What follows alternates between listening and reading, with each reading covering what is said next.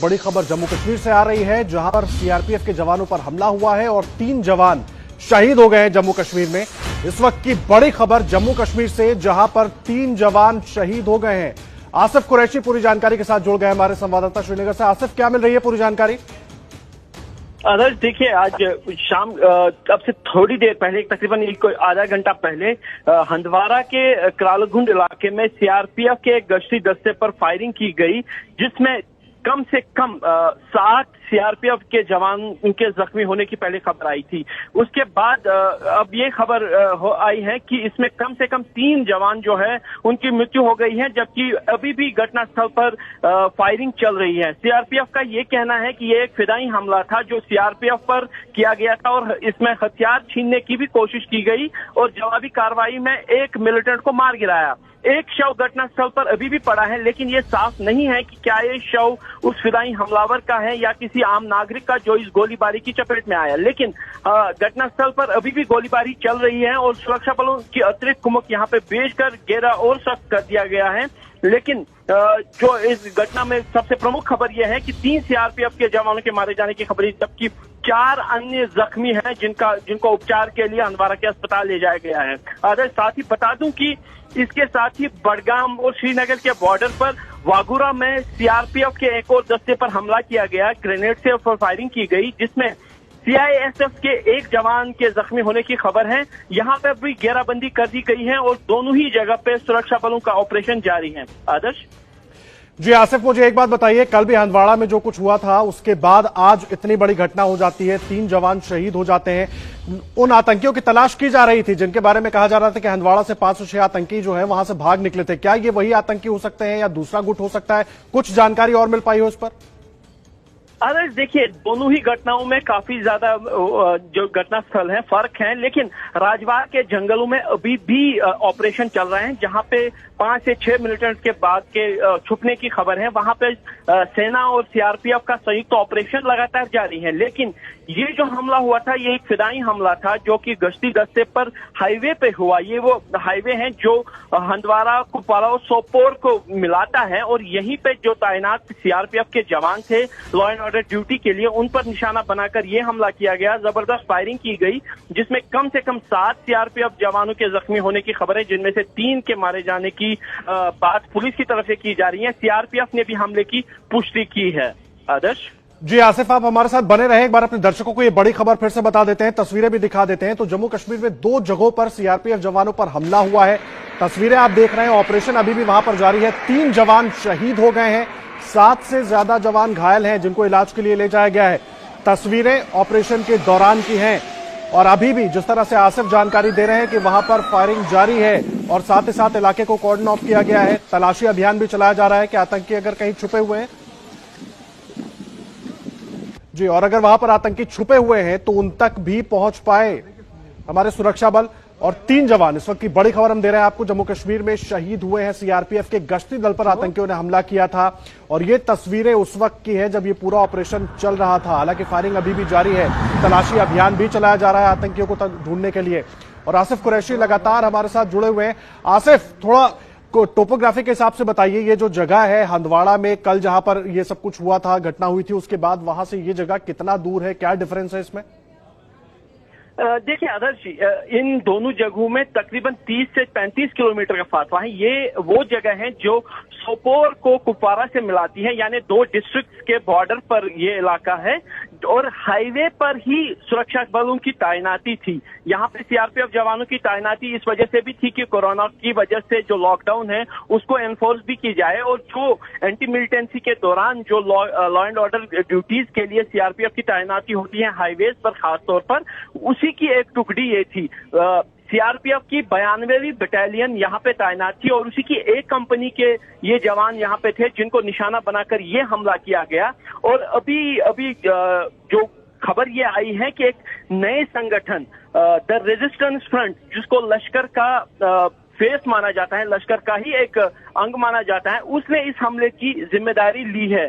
CRPF की तरफ से जो बात कही गई है उसमें कहा गया है कि सीआरपीएफ के जवानों को निशाना बनाकर हाईवे पर तैनाती के दौरान इन पर हमला किया गया, जिसमें सीआरपीएफ के जवान जख्मी हुए। हालांकि सीआरपीएफ की तरफ से आधिकारिक तौर पर मारे जाने की पुष्टि नहीं की गई है, लेकिन जम्मू कश्मीर पुलिस की तरफ से जो जानकारी साझा की गई उसमें 3 सीआरपीएफ के जवानों के मारे जाने की पुष्टि है, जबकि 3 से लेकर 4 अन्य जो है वो जख्मी हैं। घटनास्थल पर एक शव भी मिला है और सीआरपीएफ प्रवक्ता को कोट करते हुए स्थानीय न्यूज एजेंसी ये कह रही है कि उस शव के पास से कोई हथियार नहीं मिला, इसीलिए ये आशंका जताई जा रही है कि हो सकता है कि ये शव किसी हमलावर का ना होते हुए किसी आम नागरिक का हो, जो इस फायरिंग की चपेट में आकर यहाँ पे मारा गया है। लेकिन अभी क्योंकि ऑपरेशन जारी है और लगातार बीच बीच में गोलियों की गनगरज भी इस इलाके में सुनाई दे रही है, इसीलिए आशंका ये जताई जा रही है कि हमलावर ज्यादा दूर जाने में कामयाब नहीं रहे और सीआरपीएफ के जवानों ने उनको घेरे में ले लिया है और शायद मुठभेड़ भी हो सकती है। लेकिन क्योंकि ये एक खुला इलाका है, हाईवे के आसपास ही ये मुठभेड़ कह तो नहीं सकते, लेकिन ऑपरेशन जारी है और इसीलिए सुरक्षा बलों की अतिरिक्त कुमक बुला के इस पूरे इलाके की घेराबंदी करके यहाँ पे उन हमलावरों को ढूंढने के लिए कोशिशें जारी हैं जिन्होंने इस हमले को अंजाम दिया। आदर्श जी आसिफ, आप हमारे साथ रहे। 2 तस्वीरें अपने दर्शकों को हम दिखा रहे हैं। दोनों तस्वीरें आपकी टेलीविजन स्क्रीन पर हैं। एक कुपवाड़ा की है और एक पुलवामा की है, हंदवाड़ा की, जहां पर कल एनकाउंटर हुआ था। एक मेजर, एक कर्नल, 2 जवान और एक जम्मू कश्मीर पुलिस के सब इंस्पेक्टर वहां पर शहीद हुए थे। और आज ये देखिए, यहां पर हाईवे पर जहां पर सीआरपीएफ कि गश्ती दल गुजर रहा था उस पर हमला होता है, 3 जवान शहीद होते हैं, 7 से ज्यादा जवान घायल हो गए। और 24 अप्रैल को कई आतंकियों ने पीओके से सीमा पार करके भारत में वो घुसे थे, घुसपैठ की थी, उनकी तलाश लगातार की जा रही थी। 2 बार सुरक्षा बलों से उनका सामना भी हुआ था। उसके बाद हंदवाड़ा में एक परिवार को उन्होंने बंधक बनाने की कोशिश की, जिसमें जब ऑपरेशन चलाया गया तो उसमें 1 कर्नल, 1 मेजर, 2 जवान और 1 जम्मू कश्मीर पुलिस के इंस्पेक्टर शहीद हो गए थे। और आशंका जताई जा रही है कि ये वही आतंकी हो सकते हैं, क्योंकि दोनों ही इलाकों में 30 से 35 किलोमीटर की दूरी है। लेकिन जिस संगठन ने यह हमला किया है, जो उस संगठन की तरफ से भी दावा किया गया है, द रेजिस्टेंस फ्रंट नाम बताया गया है। आसिफ कुरैशी लगातार जुड़े हुए हैं हमारे साथ। आसिफ, मुझे एक बात बताइए, 24 अप्रैल के बाद लगातार घटनाओं में तेजी आ गई है और अलग अलग तरीके से घटनाएं हो रही हैं। सुरक्षा बलों का इस पर कहना क्या है? क्या कुछ और जानकारी दे पा रहे हैं इस पर?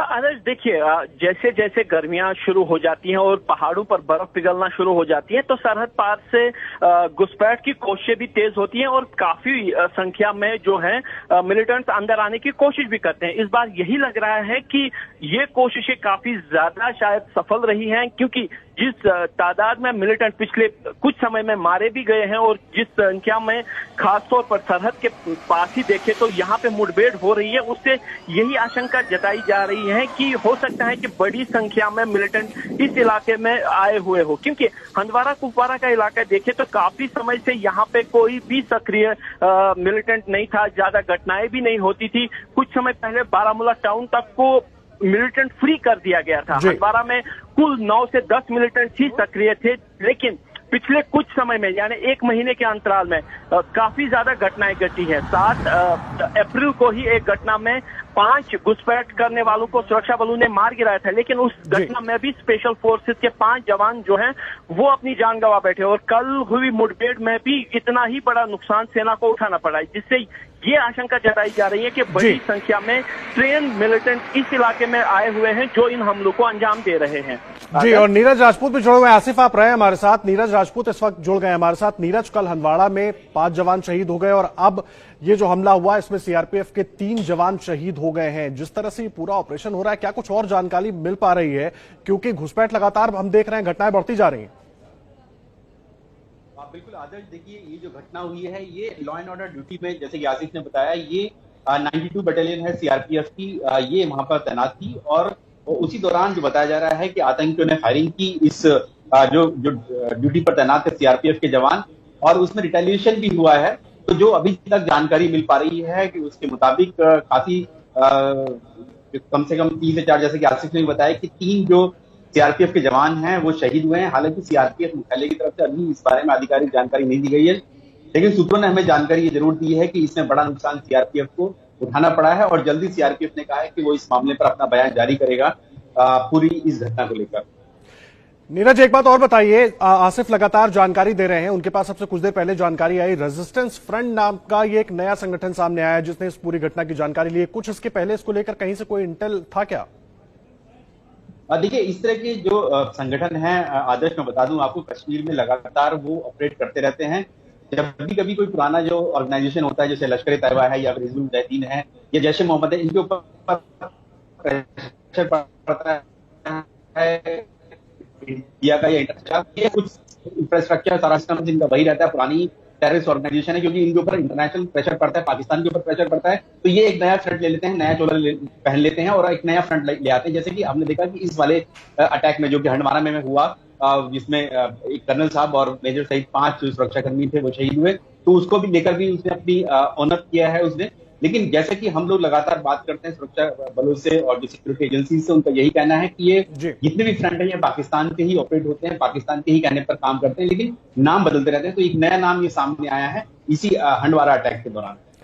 जी, बहुत धन्यवाद आपका नीरज इस पूरी जानकारी के लिए। आसिफ, आपका भी बहुत धन्यवाद। नजर बनाकर रखिए, लगातार अपडेट आपसे लेते रहेंगे। तो देखिए, इस वक्त की बड़ी खबर हम आपको दे रहे हैं, जहां पर 3 सीआरपीएफ के जवान जम्मू कश्मीर में आतंकियों ने गश्ती दल पर हमला किया, जिसमें 3 सीआरपीएफ के जवान शहीद हो गए हैं।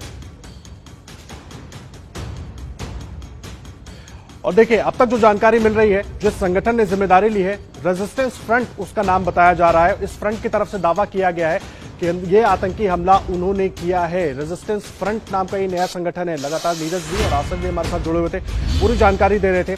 कल 5 जवान हंदवाड़ा में शहीद हुए थे और अब सीआरपीएफ के गश्ती दल पर, जो लॉ एंड ऑर्डर ड्यूटी पर थे, उन पर हमला होता है और फिदायीन हमले जैसा था ये हमला, और इसमें 3 जवान शहीद हो गए।